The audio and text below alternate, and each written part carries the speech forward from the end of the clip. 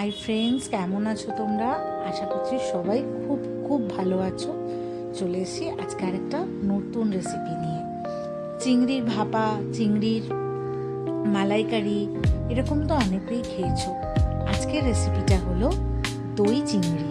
খুব অল্প উপকরণে এটা হয়। তো দেখো আজকে রান্নাটা।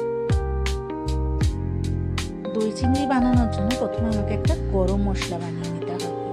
এই গরম মশলার মধ্যে কয়েকটা রয়েছে: বড় এলাচ, ছোট এলাচ, দারচিনি আর লবঙ্গ। এগুলোকে মিক্সার গ্রাইন্ডারে ভালো করে আগে গ্রাইন্ড করে নিতে হবে। এরপর চিংড়ি মাছ নিতে হবে, দই চিংড়ির প্রধান উপকরণ। নিয়ে এইবারে ওর মধ্যে সামান্য একটু নুন মাখিয়ে নিতে হবে, দিয়ে রেখে দিতে হবে। এরপর একটা পাত্র নিয়েছি, এর মধ্যে আমি বেশ খানিকটা, মানে অনেকটা, যেহেতু পুরো গ্রেভিটাই দইয়ের হবে তাই অনেকটা মতো আমি এখানে দই নিয়ে নিয়েছি।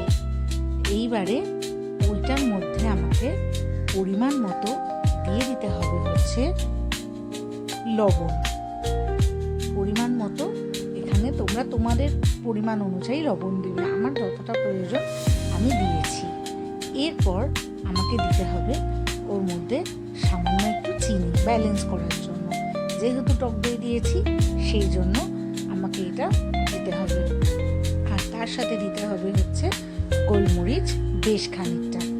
তোমরা চাইলে গোলমরিচ নাও দিতে পারো, কিন্তু আমি একটু ঝাল ঝাল স্বাদের জন্য গোলমরিচ, আর গোলমরিচের ফ্লেভারটা এখানে খুব সুন্দর ইনহ্যান্স করে, সেই জন্য আমি এখানে দিয়েছি গোলমরিচ।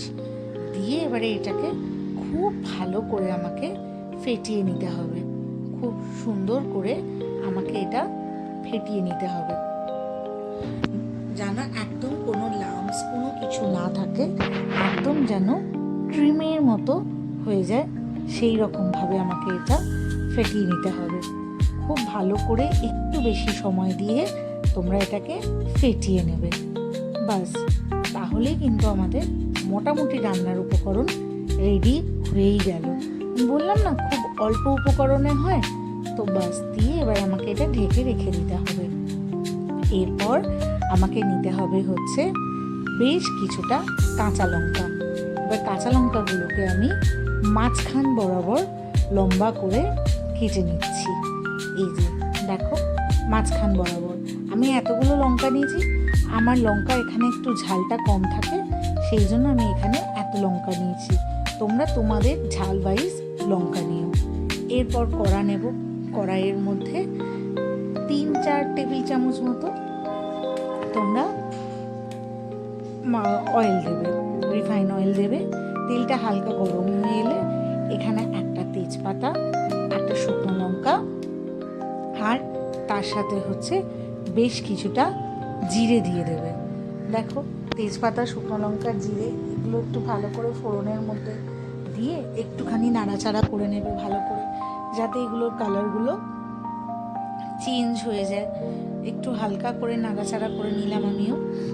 নিয়ে দেখো মোটামুটি শুকনো লঙ্কার কালারটা চেঞ্জ হয়ে গেছে, তেজপাতা। এবারে আমি ওই ফেটিয়ে রাখা দইটা পুরোটা দিয়ে দেবো। একটু ছিটকাবে, কারণ দইয়ের মধ্যেও তো রয়েছে অনেক কিছু, তো একটুখানি ছিটকেছে। তো দিয়ে এটাকে আমাকে খুব ভালো করে নাড়াচাড়া করতে থাকতে হবে। আরেকটা কথা মাথায় রাখবে, এই পর্যায়ে কিন্তু গ্যাস একদম কমিয়ে রাখবে, গ্যাস কিন্তু একদম বাড়াবে না। দেখো, নাড়াচাড়া করতে করতে আস্তে আস্তে দই দিয়ে তেল ছেড়ে আসছে। এইটা আমাকে কিন্তু আরও নাড়াচাড়া করতে হবে, একদম ভালো করে এটাকে নাড়াচাড়া করতে হবে। এর মধ্যে আর কিছু মশলাপাতি তো কিছু পড়বে না, শুধু দইটাকে ভালো করে নাড়াতে হবে যতক্ষণ না দইয়ের মধ্যে পুরো তেল ছেড়ে আসছে। আর তার থেকেও বড় কথা হচ্ছে ফুট ধরছে। দেখো, দইটা মোটামুটি ফুট ধরে এসছে, আর দেখো কালারটাও চেঞ্জ হতে থাকছে। এই পর্যায়ে আমি দিয়ে দিলাম হচ্ছে বেশ কিছুটা চেরা কাঁচা লঙ্কাগুলো দিয়ে আবার আমাকে নাড়াতে হবে। আমি কিন্তু গ্যাস কমিয়ে কনস্ট্যান্ট এটাকে নাড়িয়ে যাচ্ছি। গ্যাস কিন্তু বাড়ানো এই রান্নায় চলবে না, তাহলেই কিন্তু দইটা ফেটে যাবে। আর এটাকে একটু নাড়াচাড়া করতে হবে। এই যে দেখো আমি সমানে নাড়াচাড়া করে চলেছি। এই যে ভালো করে নাড়াচাড়া করতে হবে। দিয়ে দেখো মোটামুটি যখন এই যে দেখেছো কি সুন্দর দইয়ের রঙটা বদলে এসছে, একদম সাদা ছিল, তেলটা ওপর দিকে উঠে এসছে, ফুট ধরে এসছে কত ভালোভাবে। আমাকে এই পর্যায়ে আরও নাড়াচাড়া করতে হবে। দিয়ে এইবার আমাকে দেখো মোটামুটি যখন ফুটে এসছে, এইবার আমি কি করব, চিংড়ি মাছ যেটা ছিল আমার, চিংড়ি মাছগুলোকে আমি একে একে দইয়ের মধ্যে দিয়ে দিলাম। এটা কিন্তু চিংড়ি মাছগুলো ভাজার দরকার নেই, চিংড়ি মাছগুলো আমি আগে একটু হালকা লবণ মাখিয়ে রেখেছি। তো এর মধ্যে আমি চিংড়ি মাছগুলো দিয়ে দিলাম। এই যে একে একে সুন্দর করে চিংড়ি মাছগুলো দিতে থাকলাম। তোমরা এখানে তোমাদের ইচ্ছা মতো চিংড়ি মাছ দিতে পারো, মানে বড় ছোট বা এর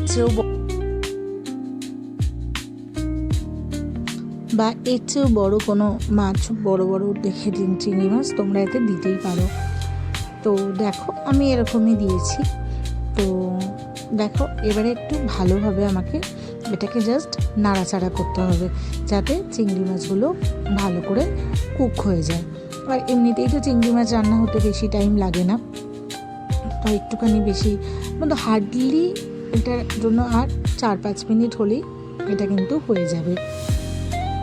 তো দেখো আস্তে আস্তে কড়ার মধ্যে কিন্তু ফুট ধরেছে। এবারে আমি ওই যে গরম মশলাটা বানিয়ে রেখেছিলাম সেইটা আমি দিয়ে দিলাম, বেশ ভালোভাবে ওটা আমি দিয়ে দিলাম। দিয়ে আবার একটু নাড়াচাড়া করছি, এই যে হালকাভাবে নাড়াচাড়া করছি। করার পরে এবারে আমি এটাকে একটু ঢেকে দেব। একটু ঢাকা চাপা দিয়ে দিলে মাছটাও ভালো করে কুক হবে আর মাছের মধ্যে ঝোলটাও খুব সুন্দর করে যাবে। তো সেটা এইভাবেই আমাকে করতে হবে, কিন্তু তার আগেও একটু ভালো করে নাড়তে এই জন্যই হবে, নাহলে কিন্তু দইটা ফেটে যাবে। যদিও এখন আর ফেটে যাওয়ার চান্স নেই, কিন্তু তাও রিস্ক নিয়ে লাভ নেই। এবারে আমি ভালো করে ঢাকা দিয়ে দিলাম। দিয়ে বেশ কিছুক্ষণ পর যখন ঢাকাটা খুললাম, দেখো কত সুন্দর কালার এসছে আর দই থেকে তেলও বেরিয়ে গিয়েছে। এইবারে আমি ওই পুরো মশলাটাই দিয়ে দেবো। একটু আগে কিছুটা দিয়েছিলাম, এবারে পুরোটা দিয়ে দেবো। আর এই মশলাটার জন্য আরও সুন্দর গন্ধটা বেরোয়, এত সুন্দর, মানে গোটা ঘর মম করবে, খুব সুন্দর এটা বেরোয়। আর অ্যাকচুয়ালি জানো তো এই রান্নাটা কিন্তু ঠাকুরবাড়ির রান্না। আমি সেদিন একটা বইতেই এটা পড়েছিলাম, তো তারপরে বানিয়েছিলাম, খুব ভালো লেগেছিল। তাই আজকে এই রেসিপিটা আমি তোমাদের সাথেও শেয়ার করলাম। দেখো আর 2টো চেরা কাঁচা লঙ্কা দিয়ে দিলাম। দিয়ে এবারে আমি আবার একটু ঢাকা চাপা দিয়ে দিলাম। কিছুক্ষণ পর খোলার পরে আমার রান্নাটা কিন্তু অলমোস্ট একদম রেডি। তো দেখো কালার পুরো চেঞ্জ হয়ে গেছে, কি সুন্দর একটা কালার এসছে। এইবার আমি এটাকে একটা বোলের মধ্যে ঢেলে নিলাম। আর বারবার বলেছি যে এইটা কিন্তু তোমাদের খেতে হবে গরম ধোঁয়াটা ভাত অথবা পোলাওয়ের সাথে, ভীষণ সুন্দর লাগবে। সাদা জাফরানি পোলাও যেটা হয় না, ওইটা দিয়েও এটা ভীষণ ভালো লাগে খেতে। ঠিক তোমাদের সঙ্গে আমি একদিন ওই রেসিপিটাও শেয়ার করব। তো এই হলো আজকের রেসিপি, দই চিংড়ি। তো বন্ধুরা তোমরাও এটা ট্রাই করে দেখো, আর ভালো লাগলে আমার চ্যানেলটাকে প্লিজ সাবস্ক্রাইব করো, লাইক করো অ্যান্ড তোমাদের মতামত কমেন্টে আমাকে জানিও। তো আজকের মতো আসলাম বন্ধুরা, সবাই ভালো থেকো, সুস্থ থেকো আর খেয়ে আনন্দ করে থাকো। তো দেখা হবে আবার একটা নতুন রেসিপি নিয়ে। বাই।